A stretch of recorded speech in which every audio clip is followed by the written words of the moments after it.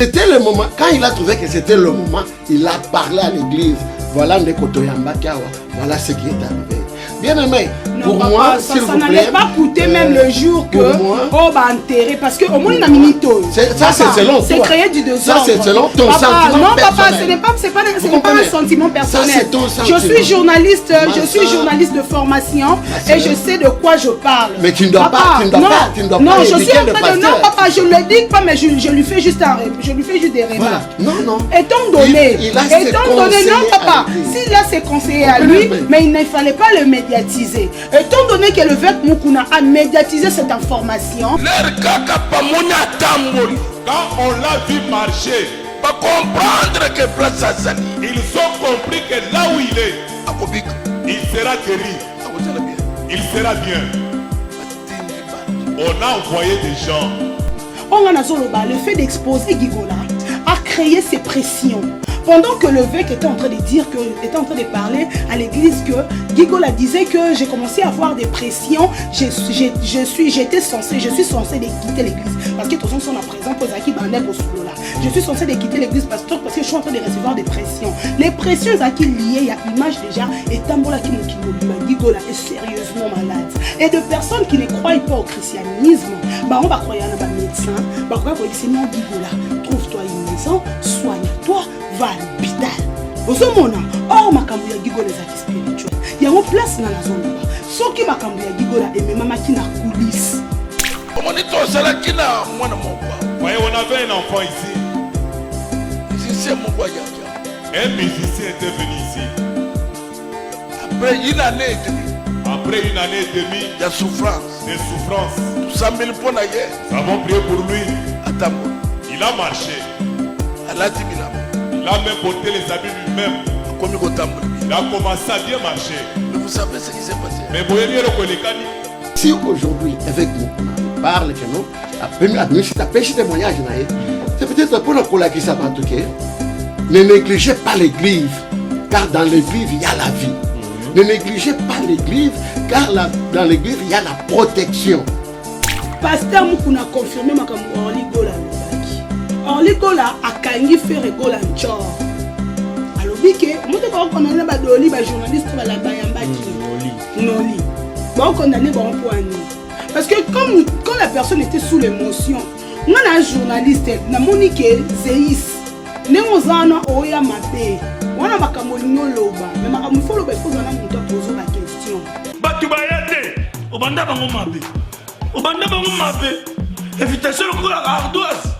Mais avec Given, invitation en bois. Netika Kabasali à mon Joseph Tata Moboko grand menuisier. Invitation en carton. N'a pas follow Nango. Jardin de Dieu. Invitation à boy. Bon, mon fait il a tamabé. Maison Given. À Bossa Libinoté. À Tchelibinoté promotion. Angolais à Pamba. Maison Given. Balingambo Kaboete. Vous êtes trop amoureux du pays. Wow! Given! Vous exagérez. On n'aime pas le pays comme ça.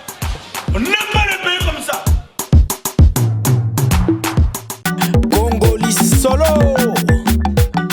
Bonjour, bonsoir, ça dépend de l'heure à laquelle vous nous suivez sur votre chaîne Congo et Sengo officiel le plus. C'est lors de votre émission Pasteur Show où j'ai le plaisir ou l'honneur de vous présenter cette émission sur votre chaîne Congo et Sengo officiel plus télévision. Clin d'œil à toi, les caméramans le plus frais, Melo Max. Je te salue, pourquoi pas à Montréal, Berlin, Vangamete. Et l'ordinateur, on a mis sa picarabo. Et pourquoi pas à mon boss, Clovis, film pas l'argent l'appelle le maître, l'argent l'appelle papa. Aujourd'hui, je suis avec à ma gauche, je suis avec Perside Ndaka là-bas au bête. Et puis, à droite, tout ça, prophète Eugène. On aura vraiment le temps et là par rapport à Makambo, tout le monde, pasteur, prophète. Ils ont les cas, moi, Makambo Gigola, ils ont une clarté. Et puis, on va dire, il y a ces léo, Pekisi Batumsu, Koyana Matanga. C'est un peu compliqué. Je ne sais pas si Melo est déjà prêt. Il faut la bien inviter. batuba découvrir bango lelo. Bonjour prophète. Bonjour mon frère. Santé, ça va? Oui, le Seigneur nous fait grâce. Dans le commissaire Nzambe, puisque après si vous avez on dingue to telemi boye, to telemi ebelete, to la qui est belé mais na kola muka, ba mususu batika laki. Si si. Mais biso Nzambe sali biso grâce, yango na ba occasion nyonso, il faut te faire ça merci. Voilà pourquoi je dis encore merci à Dieu. Percy de Ndaka, bonjour. Bonjour à toi Clégie Zéis, bonjour pasteur Eugène, Bonjour. En tout cas bonjour Tu es le pasteur ou prophète? Comme vous voulez. Ok. Au Congo, Moi je m'aimerais bien t'appeler pasteur. Ça m'arrangerait toujours. Je suis toujours dans le ministère. Ok, merci. Donc, bonjour, on a fidèles téléspectateurs, on a besoin sur Congo, c'est officiel plus télévision. Donc, on va toujours nous rappeler Bino que vous maximiser le nombre d'abonnés na Bino. Si toi on a posé à 20K, souvent on a posé à mon modification à plateau. Le nombre d'abonnements afin que ceux qui sont abonnés ba commis ébélé et que ça là que to changer plateau challenge ezaki 20K. Surtout que 20K bo mon apena ba émission au Bino bozé la biso bolo ba ke bozara makamba sala bo vanelika ba analyse to na ba émission sala ébélé mais place ezo permettre té donc c'est un peu ça mais à part ça ka ba condoléances les plus attristées à toute la famille de la République démocratique du Congo parce que Gigola moi na ba ya ba congolais tout les famille Golaté. Et partout dans le monde, je vois aussi bande comme ça, africaine, Côte d'Ivoire, Rwanda, la Pena Bisso, Cameroun, Bénin, Bénin, Benginga, Ivoirien. En tout cas, là, on est suivi à Congo et Sengo. En tout cas, ok. Je vais commencer ma première question. Je vais commencer sur le pasteur. Non, on n'a pas pasteur. Il y a un artiste congolais qui a perdre vie naïe. Azalé une église ya pasteur Mukuna. La spéculation bimi a coupé une église.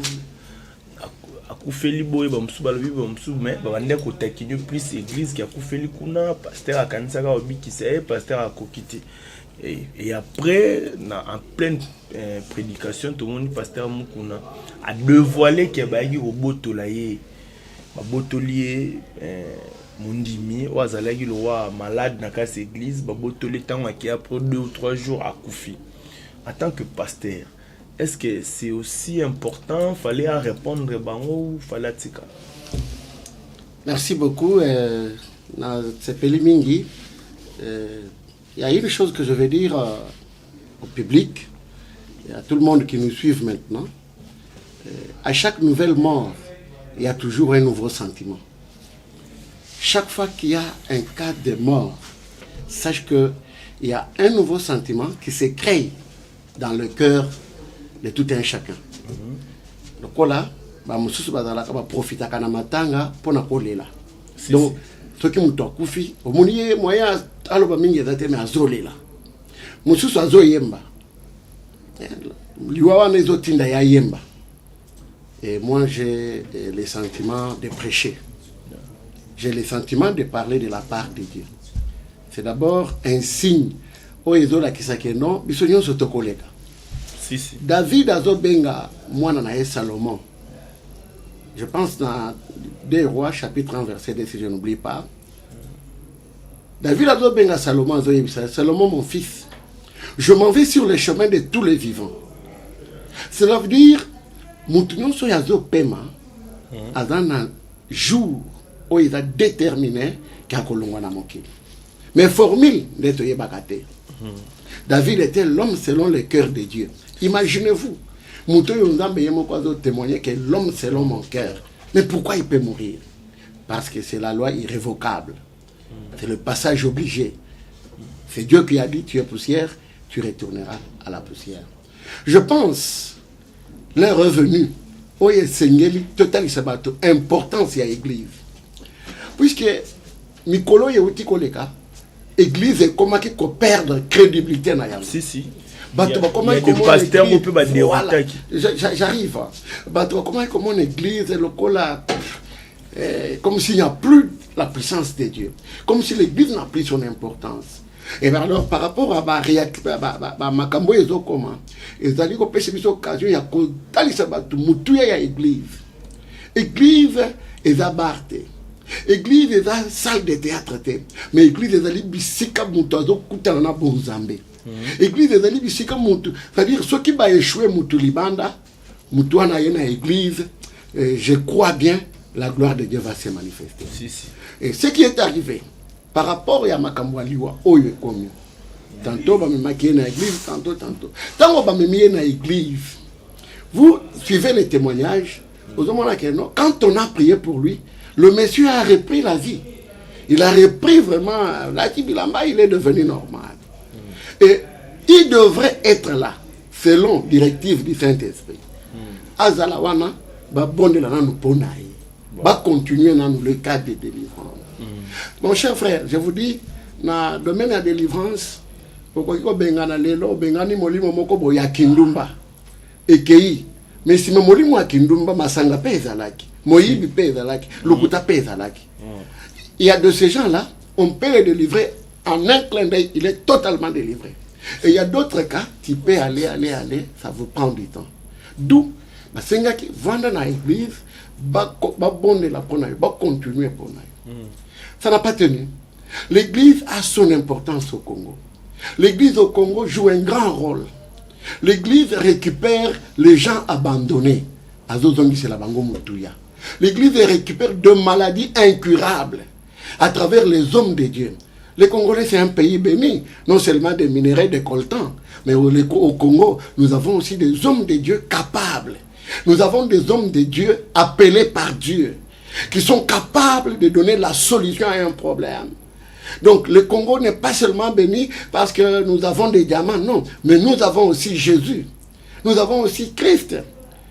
Voilà un peu ça. Nous avons aussi Christ, c'est lui qui a accepté de donner sa vie pour nous. C'est lui qui a accepté de verser son sang pour sauver notre vie. Eh bien, chaque fois que tu es dans l'église, tout ça, la kebana, oyo mosel na zamba yebi sarabiso. Parce qu'aujourd'hui, il y a quelque chose que je vais un peu souligner en passant. Bato bakomi komo na basel bakomi si basel na nzambe baninga na bango.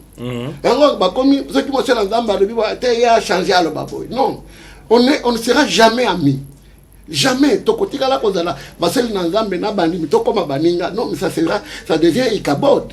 Il n'y a plus la gloire de Dieu. Voilà en quelques mots ce que je peux te dire par rapport à cette situation. L'église est ici en quoi l'église est capable. C'est ça. Bayena Moutou, après une année de maladie, avec Moukouna que je salue encore en passant, il a prié pour cet homme et l'homme a repris la vie. Il a repris les 5 sens. Pour Moussou, c'est là qui déjà. Voyez-vous un peu ça? Non, gloire soit rendue à Dieu. Parce que l'essentiel est fait. Maintenant, Bayebisio Vanda, au lieu de rester là, il refuse. Je ne le juge pas. On ne fait pas la fête à la mort de quelqu'un. Je ne le juge pas, je ne le condamne pas. Je ne sais pas pourquoi. Quel est cet esprit-là qui pouvait vraiment le bousculer, qui a qu'un dégât. Donc voilà un peu. Donc si je comprends bien, Pasteur Mukuna, Azaki, Azane a raison, et Arusala peut-être a annoncé qu'il a fait une église, a fait une église. Mon cher frère, vous savez, ça fait mal au Congo. Batu mususu balukaka bajembela na faiblesse batu mususu pour la succès. Or même pas. Vous savez les étoiles na lola awa minzoto esala kama kelele te. Mais munzoto na munzoto ebimisaka couleur na yango. Soki obimi libanda koyoka moyi makasi. Biso batu neto zo ganga moyi makasi. Mais yango moko moyi eganga kate. Donc, ils ont kende, tout en accomplissant mission na yango, ils ont les silencieusement. Mais le problème c'est quoi au Congo? C'est ce qui est très dangereux. L'évangile ne nous appelle pas à cela. L'évangile nous appelle à l'amour. Si aujourd'hui, avec Mukuna, il parle que non, c'est peut-être pour le collègue qui s'abat. Ne négligez pas l'église. Car dans l'église, il y a la vie. Ne négligez pas l'église, car dans l'église, il y a la protection. Si, si. Vous comprenez? Donc, à Zola qui s'abat, il y a qui n'en déco, à Biki, il y a qu'on récupère les ressources. C'est vrai. qu'est-ce qu'il pouvait faire? L'église, ce n'est pas l'hôpital où le médecin peut dire non, avant Bobby m'a bossé la décharge, non? Il n'y a pas de décharge. Bah, à libérer, bah, Keyenaye. Si Mayako Keyenaye, paix à son âme, le frère nous a quittés. Donc il a raison. C'est un prédicateur, et alors un grand prédicateur de l'évangile. Il doit aussi informer le peuple. Voilà ce qui est arrivé. Voilà ce qui est arrivé. Puisque lobby kuna, c'est risquant les choses kaka bino ba journaliste. Bon les cas surtout kaka na ba TV, botala moko na bomisa mutu. Or même pas. Mutoya zobela azongisi à l'état normal. Vanda va continuer Moussala, il n'a pas accepté, il faut réclamer. Et d'ailleurs, il faut demander qui est celui-là qui est venu le réclamer. Pendant qu'il était malade, tu n'as pas réclamé. Et puis, ça, mais ceux qui m'ont dit, c'est qu'il y a $2000 résolus. Mais je me demande, nous raisonnons, raisonnement d'habitude, il y a la nécropole, il y a 3 000, 5 000 $. Mais pendant qu'il y a Zobé, la Zozanga, il y a rouge à Komela. On doit assister quelqu'un pendant qu'il est vivant. Donc, au Congo, c'est que Christ nous a prêché, que ce soit parmi les serviteurs de Dieu, que ce soit parmi le bandimi, Bolingo, Bolingo. Et ceux qui Bolingo Ezali, nous sommes un peuple fort et nous ferons des grandes choses. Ok, merci. On va prendre Percy de Ndaka. Percy Ndaka par rapport à, on peut dire, sortie médiatique. Il y a Pasteur Mukuna. Ezaki vraiment important kaka Aleka pour répondre. Via Betifo. Betifo Makasi. En tout cas, l'évêque Mukuna, je respecte beaucoup ses papas. To bondi la pena ACK, na pesi pasteur Anstawa Bambote, to les Kapewana, to Ebi, comment est-ce que consultation prophétique les kaka. Ngal no utango za rasho. Amatanga zeis, et ça passe. Et ça passe makasi obi na minito. Pasteur Mukuna confirmé makambo Orligola lobaki. Orligola akangi faire gola nchor. Alobike, on monte pas condamner ba doli ba journaliste ba lamba yambaki. Noli. Ba condamner ba poani. Parce que comme quand la personne était sous l'émotion, moi na journaliste na monique Zeis, nemozana oya mabe. Wana makamolinyo loba, mais makambo faut loba il faut zana muto poser ba question. Yo mo rozo a chombo no bo loba oloba ezala absurde. Pour ça nous amarambu bien faut muto yamba mais soki na moni tu as une intention à bien te makambo lobe ko foncer batu non yambo tezeis. Na déontologie journalistique ba prena biso yango. Comment filtrer l'information? Dernièrement toté ki ko sala émission nani na moi si on a ni Hélène Kalema que je salue, il y a un idole nanga. Yepena donc nga pena Hélène Kalema maman la Bianca. Clin d'œil à toi Hélène Kalema. Elle a comme miss, comme pena taille kitoko. Elle est motivée biso pena tout ça sport, na régime. Donc Hélène Kalema loba qui est le mora bila barbette et là qu'on a regretté. Émission na ile ka la bouche autorisée bila barbette. Et là on a regretté ça que na génération lelo ba journaliste lelo ba ko filtrer ba information. Comment est-ce que mutoye pena na news ya bongo yo weleli ba vu yo weleli ba abonné parce que faire rigolo à ça mutu bombo ya pamba boeta ça musicien connu partout dans le monde abetara musique qui a bien ayembe la rabiso c'était un problème familial il fallait pas ba yambaye bato pena ba finga journaliste wana je les encourage pas mais ils ont raison asali musala mabe Ozaki pembeni wana ba contacte était mais non vu kaza muto ayebani ye penane mutu batala ki bo landa bino moko ba propos ya mwana mobali yo aleki pas avec Mukuna merci muta sunga avec Mukuna boy avec Mukuna tarabo benge évêque étant un papa muto aya na réveil nini babenga nini réveil ezaki réveil ceux qui patriotique ceux qui non réveil spirituel. Yem taki na réveil spirituel. Étant une personne oyo aza parmi ba pionnier pe ya évangile. Il fallait pas toza na matanga na minutes oyo faire gola aza crispé. Liloba ya suka batutu bazaye ko zeleka pas avec Mukuna. Au moins ti missionnette salemi bazo finga ferre bazo loba boy bazo finga avec mukuna ke mutabongi si ferre ba ke ko luka même na médecin wana o ya sala ba tradi praticien o yo tradi moderne o yo alobi ke non et pas na bika ki akoma ki bien tango ke na église wana de ba ke ko bomisa il fallait continuer traitement pas na négliger ki traitement. Vous comprenez? D'ailleurs, c'est faux, je connais les médecins, si c'est le docteur Wana Akosi. Yes, quoi, lobby que babane au moins si na mon témoin et puis malade babane ko bela na koka ko loba yango te, il toussait beaucoup, il faisait des fièvres, tant azo loba ngo a que nos pesa déjà ba symptômes ya sida. Parce que yepé abi qui sera soi-disant sida.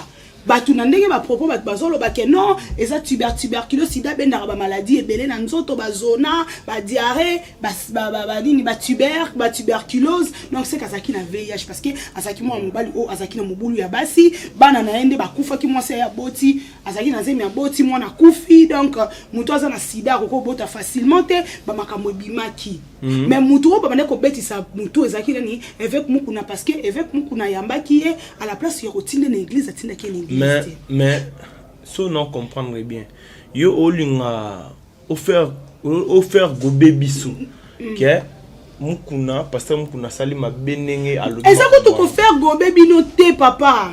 Et ça loko eza vrai réel, il ne pouvait pas. Au moins ce qu'on a tangi ba makambo wana pona nini. Pour comprendre la pression au évêque mukuna koka kité. À sentir que l'église a c'est quand même menacée. Ben oui. Na ba émissionnette. Et surtout qu'il faut défendre. Oh bah les caca sans déontologie journalistique à la mouki na tango ba PC micro le quoi ba fouta ki moi $20 na fin du mois à la ba diwa papa avec mukuna munoko d'abord na musala batu mais ce que tiens bosso préparer les biso JT journal télévisé à kokate chapeau et ba sala raté descendre sur terrain journaliste reporter qui est na presse écrite au kokate mais ka quoi ko ba quoi émission peut désormais banolé canon en français. Te wana déranger bato. Te ele kaka na français. Ana chose to changer makambo. To bandango bongo po lingala pe ba Zakari baba soyo na ba Hélène Kalema ba ki po lukepso ba problème. Pour ce temps l'émission ezalaka wana to za kotala ba missionnette aboya mso linga ezala te pour mto yeba te na bandolo ba wapi. Hein papa. Siko avec mukuna koki pression te. D'où il a raison ya o se défendre. Vieux siko yo aye ko se défendre. Ce que beti faux. Via koka été. Mais image peut église. Papa, l'église est là pour être persécutée. C'est écrit dans la Bible. Mais pasteur Mukuna ne bénéficie rien de faire. Tu vas défendre l'église. Le problème est zanini. Pasteur Mukuna fallait pour répéter nae, amasa mwana nae. Trésor Mukuna. Batuna na télévision babi oza pasteur. Trésor Mukuna pe akoma pasteur non? Trésor Mukuna. Évangéliste. Si on n'a pas moi non aza musala nzambe poni akanga mana fali parce que fali a imbela mokili répondre ni ba baninga bakoli na bandal kokata miti na bakoli balabala. Si comme moi je demande à l'évêque si c'était Fali Poupa est-ce qu'il allait venir parler comme ça? Peut-être ça y a monté pour amso ça moi na o yé beaucoup li pembenité parce que ba fali ba na o ba na pembeni ya papa évêque l'ami de ton papa et ton papa et le papa de ton ami c'est ton papa. On se comprendre. Donc, papa évêque Mukuna na linga tuna motuna mosali na nzambe. Soki ezala ki Fali Poupa, ba warrior boyokanga. Est-ce que évêque alinga lekate, angati kama tangeleka. Et puis ataye ko se défendre te, à ce que les églises amukete, à ce que ça na extension combien tout monde ba documentaire, ba pasteur ba rotika ba dim na bango. À ce que za société entreprise nene, ozana ekota rambongo belé. Avec Mukuna za mbongo et le roman côté ngaki a tenu papa mami chibola kutu makambo ya sex tape ya avec Mukuna kwete et bon makambo faire rigola ndeko isa papa sali mabe il fallait zela bakunda na minute oyo tension matina oko sabinote na minute o vient affirmer que faire rigola mutachive yango mutu na pasta tuna kisiko biso tonito yeba nani o atinda ki batu ba ya kozwa. Mais batu balobi les affaires rigola atinda ki batu. Au moment que papa yo chap essence likola moto. Na minute au volcan. Ce qu'on lave wana na ngo sibir. Ya ka faire rigola na bagolwa. Moi ce qu'on kanda bagolwa ba nango. O ba na suko mona ba journaliste te na matanga. Ba yini na batu na bato ba koki o manquer te ba komo manquer bango respect. En fait pas lorsque ça broche. papa évêque à Salimabé. C'est vrai qu'à défendre l'église. Mais c'est un mais ceux qui à défendre l'église, l'église, soit à défendre l'église, ils ont pour image l'église, il fallait zéla. Papa, il fallait zéla. Il faut battre le fer quand il est chaud. Mais toi, bah, mais ça peut langage, il y a un langage moko, babaso monindo qui belé. Na minute pasteur na bino ba pasteur langage on a ba rosa la honte so monindo qui belé. Il y a une chose c'est quelque chose qui s'abat là. Le problème est que bato belé bazo mimona capable ba koki or même pas. Mon cher frère, nengozo tambola boy. Ukutani na mwana muke mutu ya mukuse ya muke ya munene babenge kaka mosali na nzambe. Éloigne-toi, respecte-les. Na masolo na yoko kotisaka kombo na ete. Comprenez? Respectez-les. Bible est dans le baboy. Confiez-vous à l'Éternel, vous serez affermis et à ses serviteurs les prophètes vous réussirez. C'est-à-dire, bateau yondamba pona. Donc, ils ont leur vie privée où il ne faut pas qu'on banda kota kolanda boina boino. Ils appellent ça un peu la vie privée. Et bateau na bazo déclaré sur nous de bénédiction. Bateau na bazo kota na vie na biso pour apporter le bonheur à travers l'évangile. Bazo côté la vie na biso pour na kolongola peut-être ba malédiction. Je pense. Ne konanga ninga vandi boye avant la peine à l'église, à qui met la peine à l'église, à peine kamba kenda peine à l'église. Donc c'est pour dire que dans ces faux problèmes que j'appelle faux problèmes, kotanga mosali na nzambe mais papa, la persécution c'est normal. L'église a été toujours, l'église a été toujours persécutée. S'il vous plaît, non. Mais tu avais vu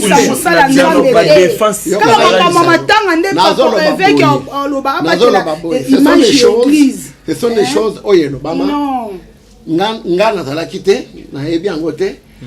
Je ne peux pas confirmer ce que je ne connais pas.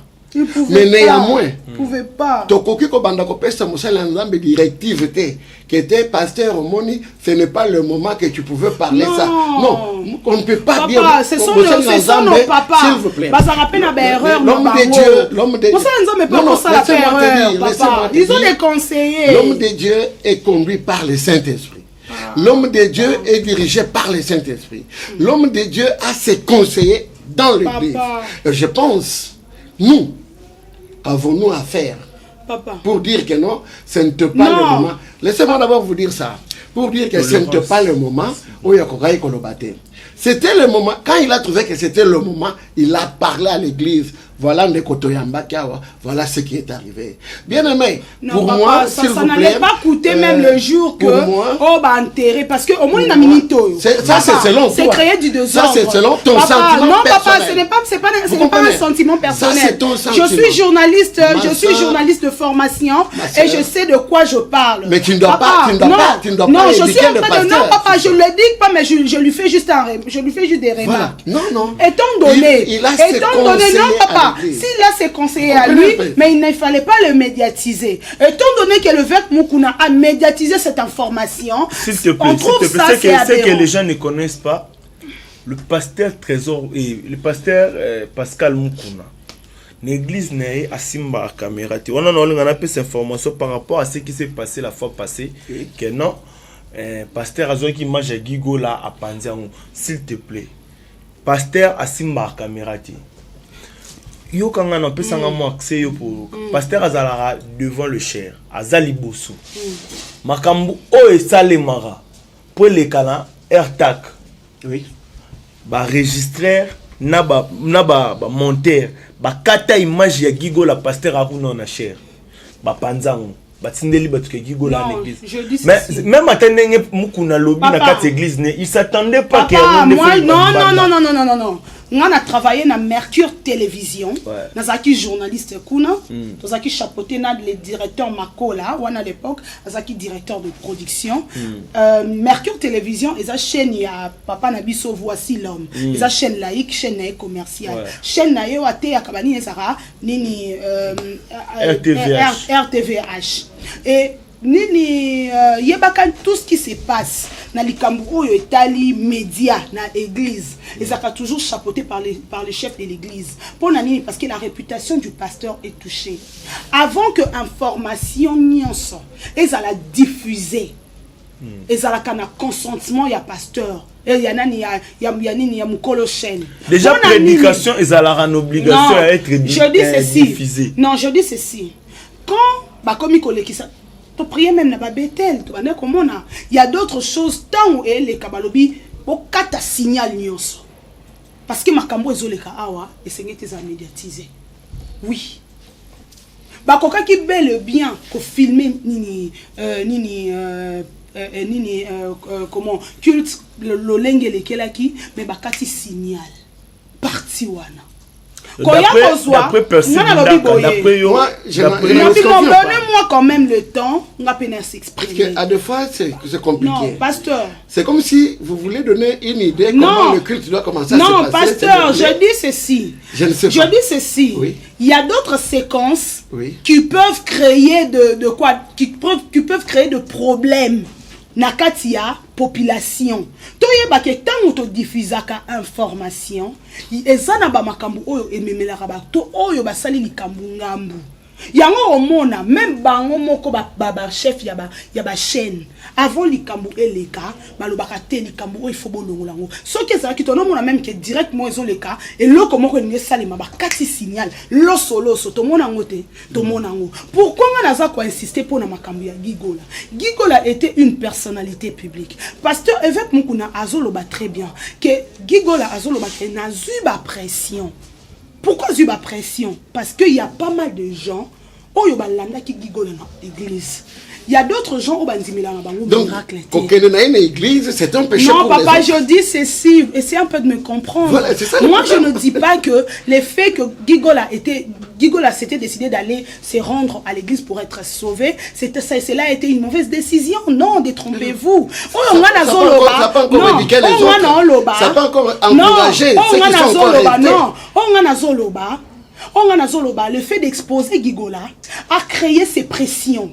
Pendant que l'évêque était en train de parler à l'église que Gigola disait que j'ai commencé à avoir des pressions, je suis censé de quitter l'église. Parce que tous sont à présent pour Zaki Bandek au solo là. Je suis censé de quitter l'église parce que je suis en train de recevoir des pressions. Les pressions Zaki liées, il y a image déjà, et Tambola Kimokimobimba, Gigola est sérieusement malade. Et de personnes qui ne croient pas au christianisme, on va croire à un médecin, on va croire que non Gigola, trouve-toi une maison, soigne-toi, va à l'hôpital. Ozomona, or makambu ya Gigola ezaki spirituel. Yango place na nazoloba. Soki makambu ya Gigola et mama ki na coulisse. Batu baninga bazaba omniprésente. Bayeba. Po Gigola lobi bana poto batindela ki bilamba po ndenge ba monela ki et ça ki bango mawa. Vous comprendre Zéis parce que nous voulons pas évêque nous connaissons déjà parce que nous voulons atténuer la réputation na bango et ça va être plus bon dimela nzamba bango mais biso to dimela nzambe wana vous comprendre pour nanga ce qui évêque nous kuna a bombaki Gigola na ba to ba yaki na ye ata ba o filmer les autres kala en coulisses Gigola naki asala exposé te Gigola naki a subi la pression. Gigola a été exposé depuis la maison donc Gigola Nazala exposé. Azaki déjà exposé depuis na ba Facebook. Azaki exposé na ba Facebook. Papa. Voilà, vous savez que grave. Non, vous savez que les gens doutaient. Il y a pas mal de gens qui ont dit que non, c'est pas Gigola. Gigola est en bonne santé. Il y a même des Gaulois qui ont démenti ça. Mais quand il était parti à l'église, au sein de l'église ACK, c'est par là que non, il est vraiment sérieusement malade. Moi, on a l'obité que papa Ndenga Yamba qui a ça qui m'a bé. Mais bisoto lobi Gigola était une personnalité publique, on le protège. Si quand on monite que tant ouye abandi olandelaye, n'a pas mis so bando qui n'a l'autre fois. Bato balinga Gigola te. Ah, donc azakuna. il faut pena balongola, il faut balongola. Pression on a un Gigola akoka kité. Vu que Aza artiste, toi que muto soit outina moki. Moi je pense pas que Gigola yamba yesu dans le sens que abina abandonné nyonso. Même pas zaino na mbara les choix. Que son abiki na zonga po mutu wana oyo ya munga ngana lobaki ke alinga boaki na kati soki ya single na sonde nini.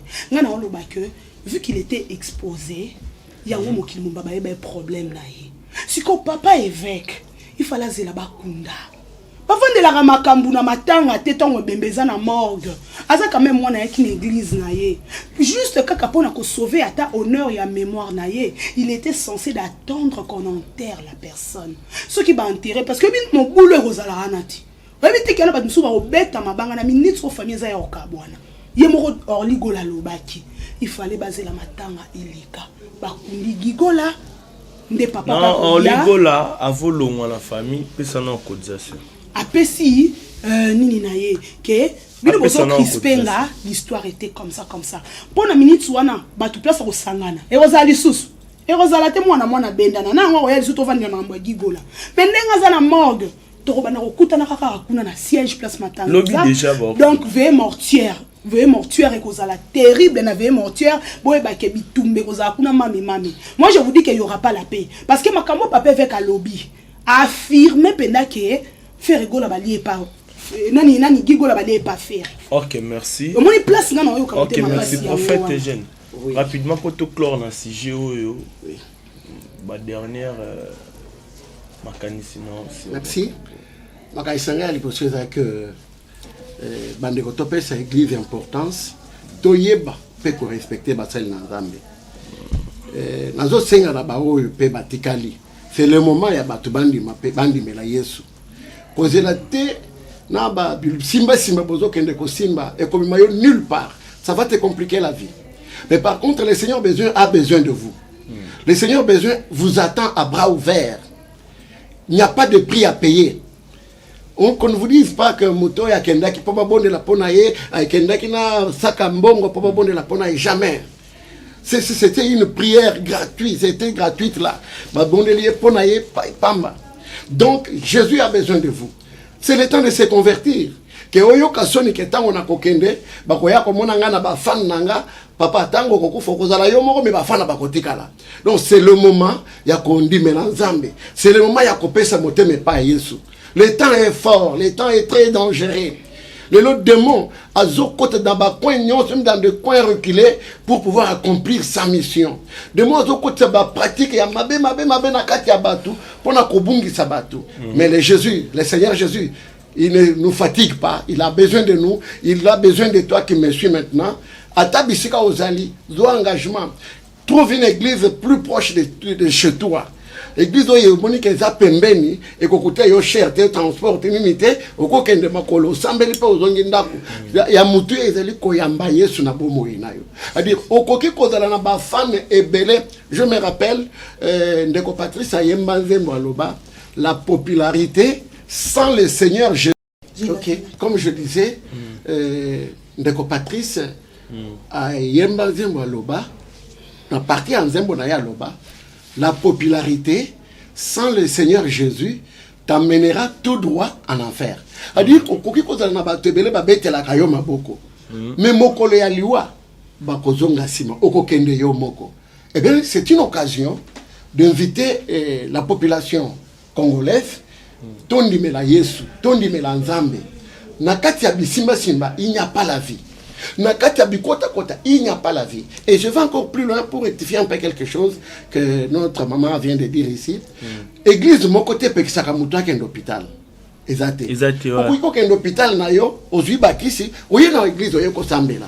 Et donc c'est le temps d'accepter le Seigneur Jésus comme Seigneur et Sauveur. Même biso ba tout autant na plateau awa. Ceux qui n'ont toyambi Yesu, moi je suis là, je peux vous faciliter encore tâche. Il y a koyambi sabino Yesu, ko baptiser bino lisusu ko même bino na mai ka baptême. C'est tout ko façonité. Même notre caméraman déjà zolanda biso l'image. C'est une occasion. Il y a kondimena Yesu. Tous la terre est comme plus pure. Et comme plus pure pour to banda ko luka batambola na biso ko toto gauche droite. Non, c'est l'occasion. Koyamba Yesu, ça ne coûte rien. Kolamba Yesu, ça ne coûte rien. Et enfin, je veux dire, respectons les hommes de Dieu. Respectons les hommes de Dieu. Tout le monde qui a faiblesse, ça va n'importe quoi. Il y a beaucoup de malédictions. Na conseillaka même bana ngai ndenge bozaboy so ko monike mosana nzambo yo eloko moko aseli ezo se priorité kanga monoko leka ata na tv lekisa ye koloba n'importe quoi te puisque alliance ya sala na nzambe oyebite ukokende ko toucher ye malédiction ezongeli yo. Et lui, la vie continue. Papa, je n'encourage pas. Je n'encourage pas le mal. C'est lié, mais quelque part, il faut je n'encourage pas le mal. Parce que la Bible est à pierre d'achoppement pour n'abatouter. Et aujourd'hui, s'il y a pas mal de gens qui nous regardent, qui ont abandonné, papa, moi je donne mon exemple. Là. Oui. Moi j'étais dans une église où je servais l'Éternel, dans cette église. Oui. Mais bakambo on a vivre dans kati église on a église ezaki le quoi wenge dans le sens ma pasteur ana batuna ana baradar na. Donc toi petite mon so ba mono ko na bureau ya pasteur. Déjà mère ana mutu na mo déjà au secondé. Oh landa yo. So mon église en tout moi peut-être moi j'ai droite moi aux yeux. Et ton problème dans tout ça c'était quoi? Non papa. Problème est ça qui ni église est comme qui système on ton lo ba wenge. Donc ceux qui battent notre koto, bateau bayaka par exemple, papa mondo lati kitoko boy, hein, bien vêtu. Bon bendo pena, et là on va bande ko na ba vandi place à liboso nindo. Ndeko ba mono na moi li papa non sonde nini. Papa boy bi ke salima. Ba le ki sur place. Muto apesa kadimi ya likolo. Ana apena lo sambo ya shinda ba. Oh, il y a 1000 francs, nzamba pambola yo. C'était des choses qu'on a vécues. Oh, que ceux qui te botent ma na ba famille, oh zaka na ba sala nzamba. Il y a moto monango. Ozu pe na problème, pasteur abo ya na ndako parce que amono na mbongo te hein. Mais sœur moko bo na mona okutu. Église babo ya batbala ta pantalon. Mais sœur wana za magistrat. Vu qu'Azaka n'a pas moyen, elle venait à l'église avec les pantalons, bah 20 presque liboso hein. Mais yo sœur moko bo ya kaka na pantalon, bo yambiso non liputa. Maintenant, je me demandais où est la vraie parole de Dieu. Merci beaucoup. Dans témoignage, j'ai une église dans la Lemba, presque dans la sous-région, puis dans la Casbah. À l'époque, on a 6e des humanités. Ami nanga papa bangaza qui pasteur dans l'église wana mena poto.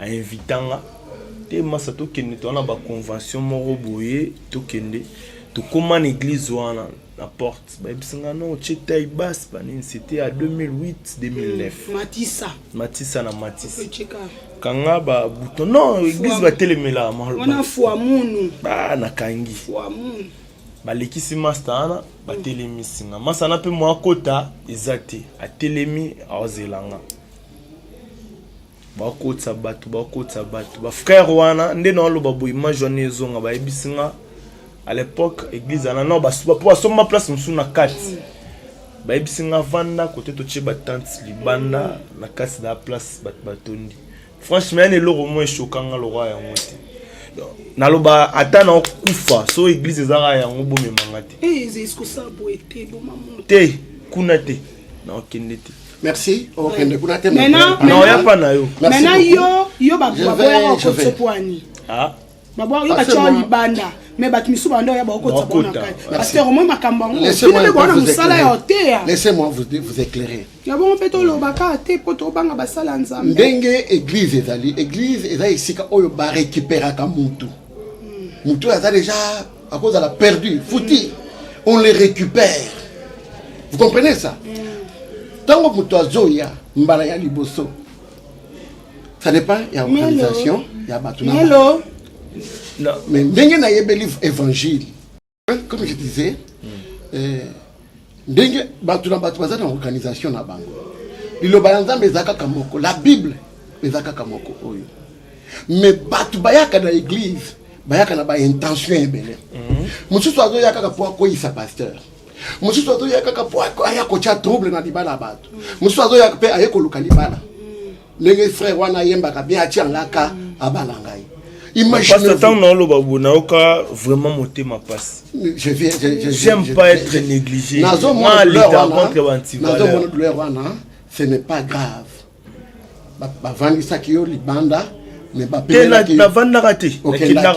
pas de problème. Mais ce qu'on vend d'accord, peut-être là comme mutuel, il y a quelque chose à yo. Imaginez-vous, mutuazo ya na église, ma belle union sur Libanda.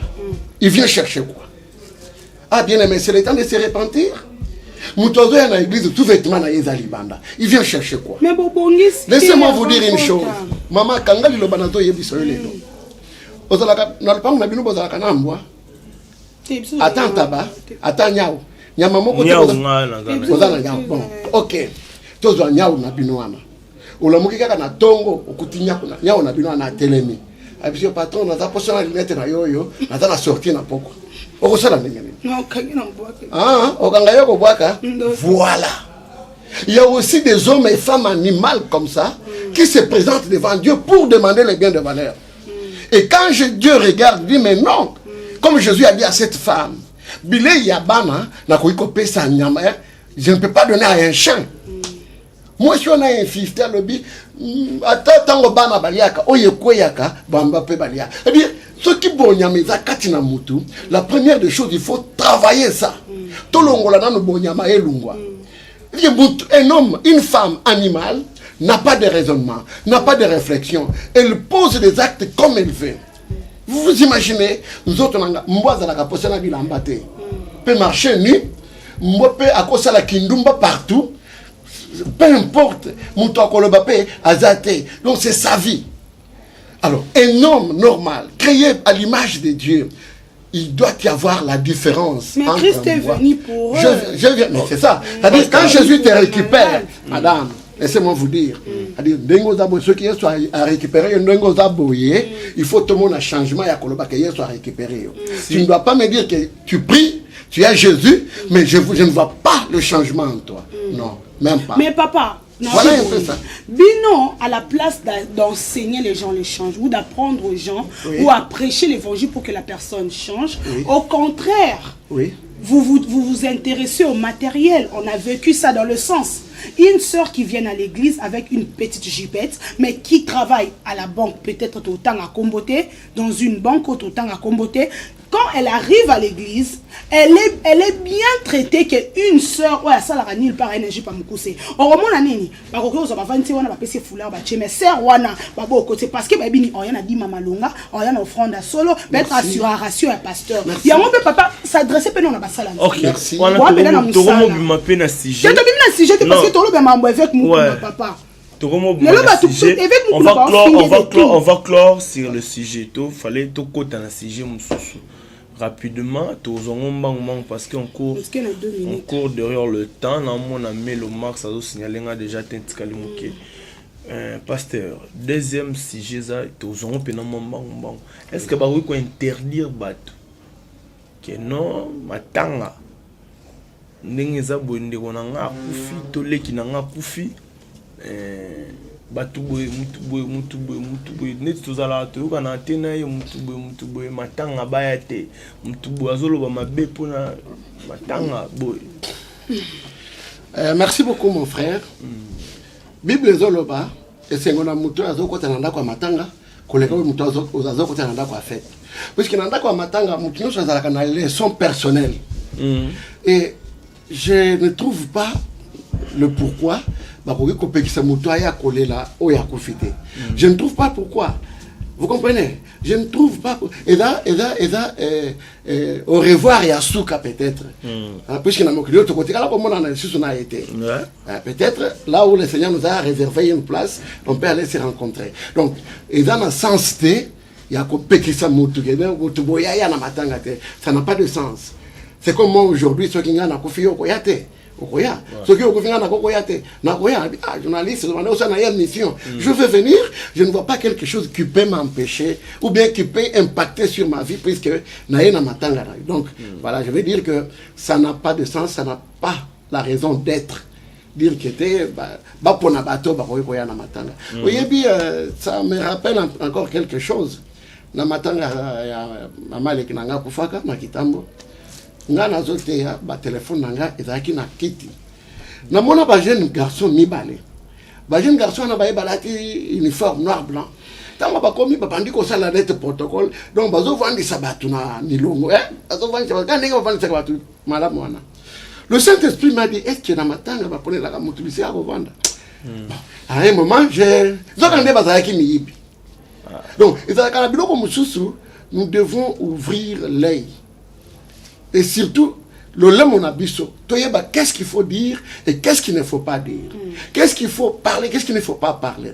La Bible dit, la vie ou la mort sont au pouvoir de la langue. Donc, la langue, c'est l'instrument que Dieu nous a donné. Si vous l'utilisez mal, vous allez tuer. Et si vous l'utilisez bien, tu vas donner la vie. Donc, on ne peut pas interdire à quelqu'un. Je ne vois aucun verset qui peut dire que non, la Bible ne m'a pas enseigné cela. Ok. Merci Pasteur Eugène. Là-bas, au bête, tout le monde dans ma tanga Gigo là, sali liste, c'est le sali liste. Il y a Batumsu Royate, Batumsu Poussanate, Babi Falia comme même pas na quoi. C'est le homme de sali, non? Non, c'est le patanga qui c'est le atenyango. C'est le aboyango. C'est le alobi bat. Et c'est le boutaboy batanyo bagolwa. C'est le aboyi maman. Et c'est tout ouais rakuta merocha likolo. Ati net pour na kopia na suka na lingaso na cheli net pour na okabatu sonité. Na vandi pena na tala pena bino bandeko na nga très bien. Boye bien bagolwa. Matanga gigola epesa bino monopole te yo manki n'importe qui. Ngana lobana za mto mutu te na défendre ka ba valeur juste. Si. Faire nani yangia mama kanda we ranson. Aza papa ya ba faire. Quand je dis papa ya ba faire parce que faire accroître ma casse na maison mère. Nous devons comprendre. To ngai oyo na 4x4 na yeba pe na faire rigola te. Mais ngana yo yeba faire rigola très bien na maison mère parce que 4x4 na vous avez no bana mikie na banda ko ba elote. Tala yo komi kokumba nganzela liwa yene héritier watanabe. Ngai lelo so na mona faire rigola akoma oyaza eza pona yangiama.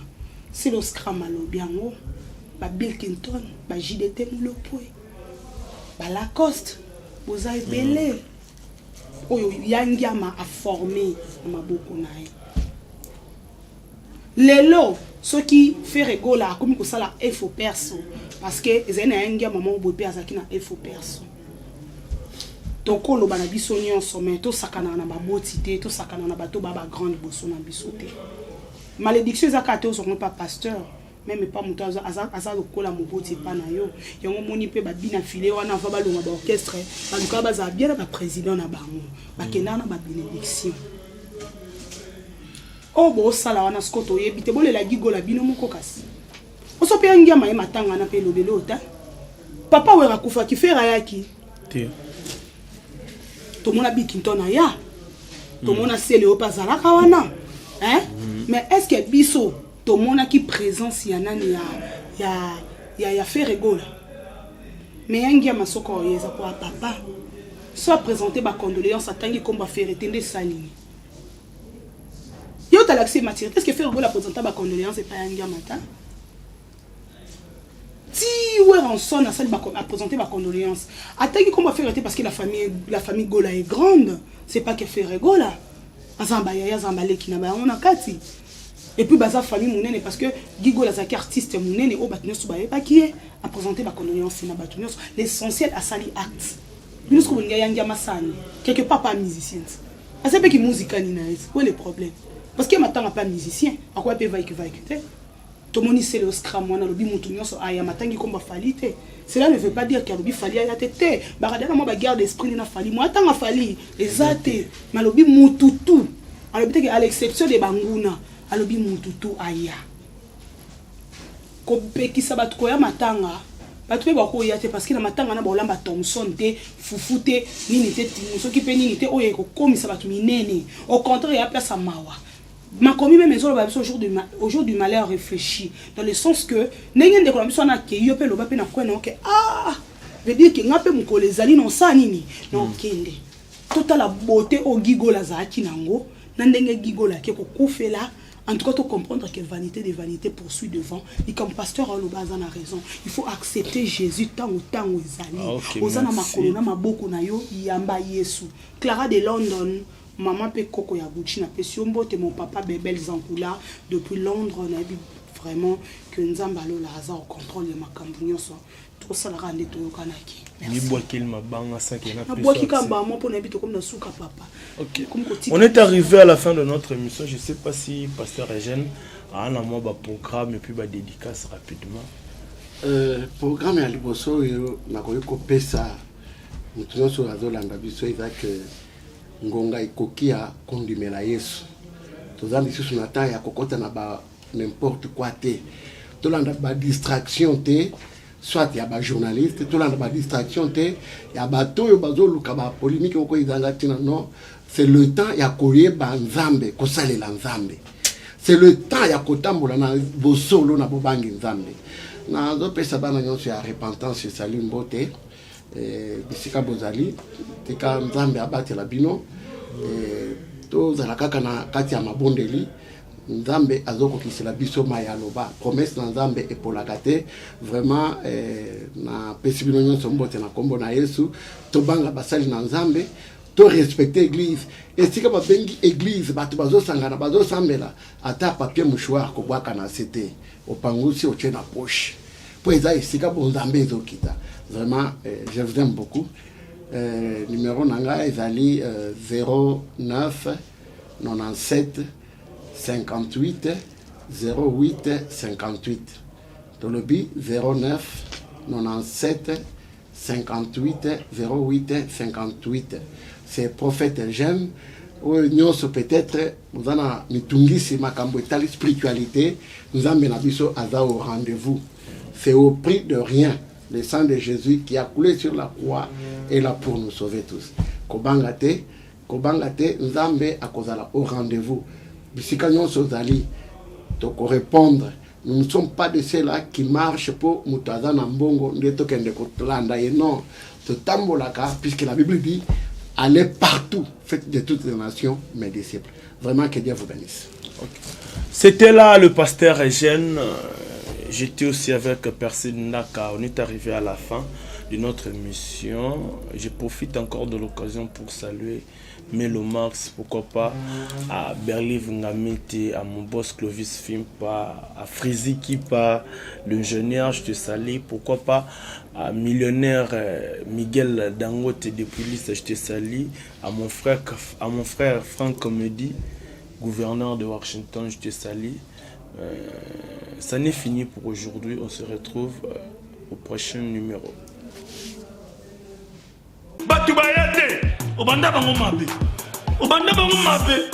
Invitation ardoise. Mais avec Given, invitation en bois. Netika Kabasali à mon Joseph Tata Mobokoléaïs. Grand menuisier. Invitation en carton. N'a pas follow l'ango. Jardin de Dieu. Invitation à boy. Bon, moi, mon colo fait il a ta mabé.